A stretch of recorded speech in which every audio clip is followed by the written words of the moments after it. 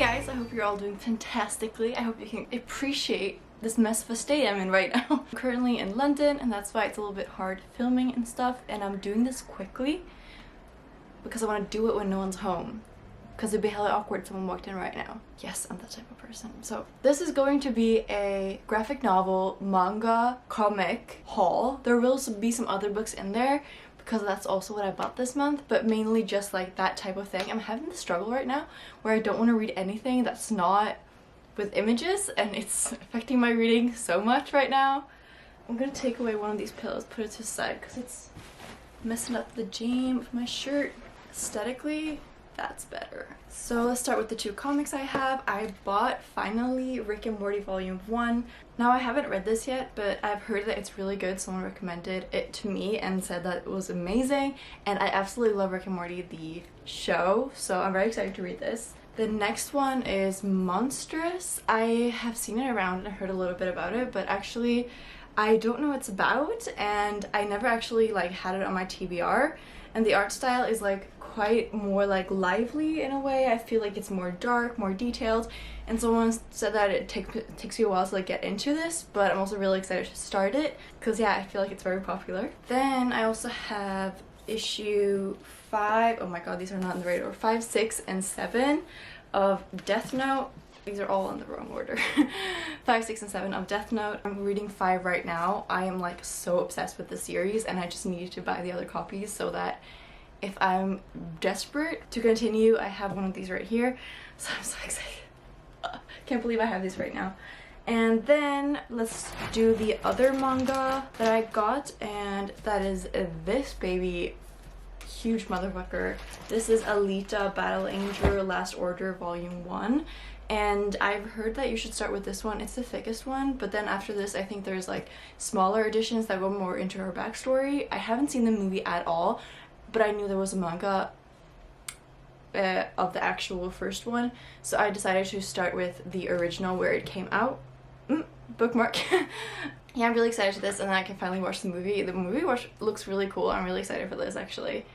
But it was kind of a random pick now that I've actually gotten into manga, or gotten into. And then I stumbled across this like store in London. It was just randomly, that was like Gay's the Word, I think it was called, which is basically like a gay bookstore where there's loads of books by gay authors and about gay or LGBTQ plus characters.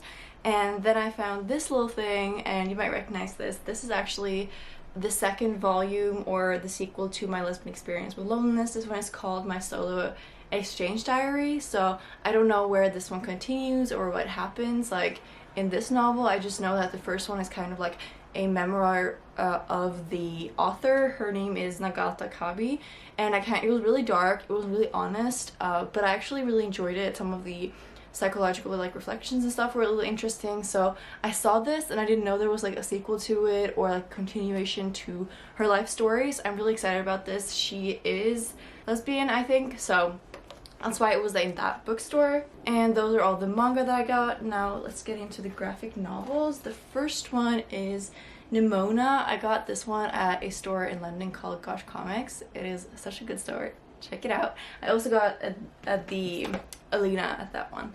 So this one I know is like a fantasy for all ages comic, and I really like colored comics. It's like amazing. I really like it, and it's actually much rarer than you'd think. I think it's really cool, and I've been hesitating to pick this up before because I was never really into graphic novels or comics or anything like that.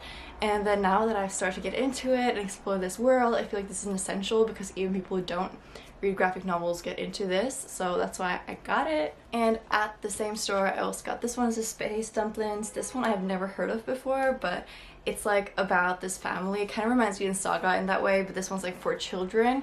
So there's this family, the mother, the father, and the daughter, and it's basically about them living in outer space. There's all these different like species, and they have to find a new school for her, and it's really cool. I actually started reading this and I'm really enjoying it. It's like a little bit more for children-ish, but I still really like it.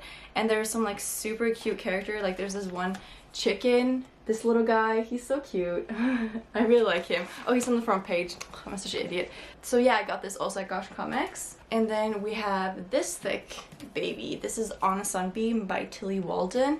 I haven't read anything else by Tilly Walden, but I got this one at the science fiction bookstore in Stockholm, and it's actually been blurbed by Martha Wells and Becky Chambers. I've read her books, so this one is so cool. Oh my god, the best thing about this one is like the scenery. I'm not gonna do like a wrap on thing, but this is also kind of like a world where everyone, like, it's only women and they're all gay, like that's the norm kind of. And I don't know why that is. That actually would be really interesting, but I got this mostly because it has like a limited amount of colors, which I also think is really cool, and some of the sceneries in this are just brilliant, and it just, oh my god, there's some that are just perfect, like tattoo, I don't know, tattoo ideas. So yeah, I really enjoyed it. 5 stars, but I'm not going to talk about that now. I got this one too.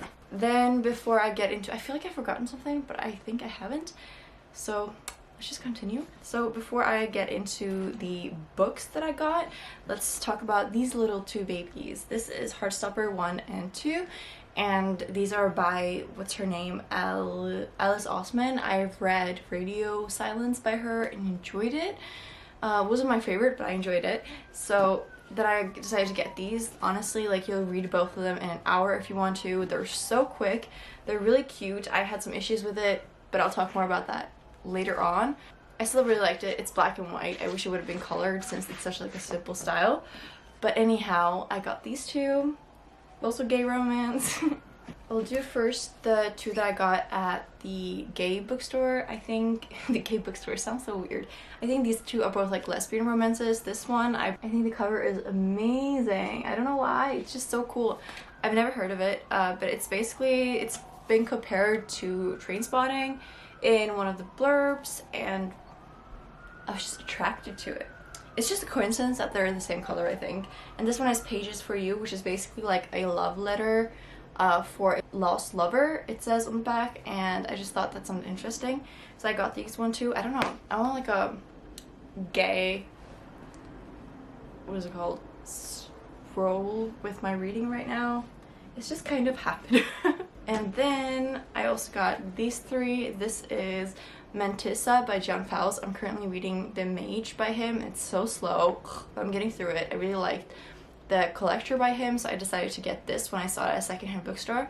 I found the secondhand bookstore also like close to Russell Square. There was just like a lot of new books in the secondhand store, so I also found this one. I really like these editions of the Kurt Vonnegut books. This one is Slapstick or Lonesome No More. I really hope I don't have this one. It is very possible. And then the last one was this one by Philip K. Dick, Minority Report, and I haven't heard of this one specifically by him, but I thought it sounded really interesting. It kind of reminds me a little bit of the premise of Death Note, but not like with the fantasy element. This one is the Department of Pre-Crime has cut major crime by almost 100% by looking into the future, arresting potential criminals, sentencing them and punishing them before they actually commit the crime. And I think that stuff is kind of interesting, so I wanted to buy this one and read it. Obviously it's like science related, futuristic. So those are all the books I'm going to talk about today. This is the end of the little book haul, or graphic novel haul-ish, manga. I hope you enjoyed. I hope you have a brilliant day. Thank you for watching me today. I'll try to stay updated. I'm going to do like a full review on Euphoria coming up, and also like a animal drawing video because I kind of feel like doing that too. So I hope you guys have a brilliant day. I already said that 3 times now. Finish it off. Okay, bye.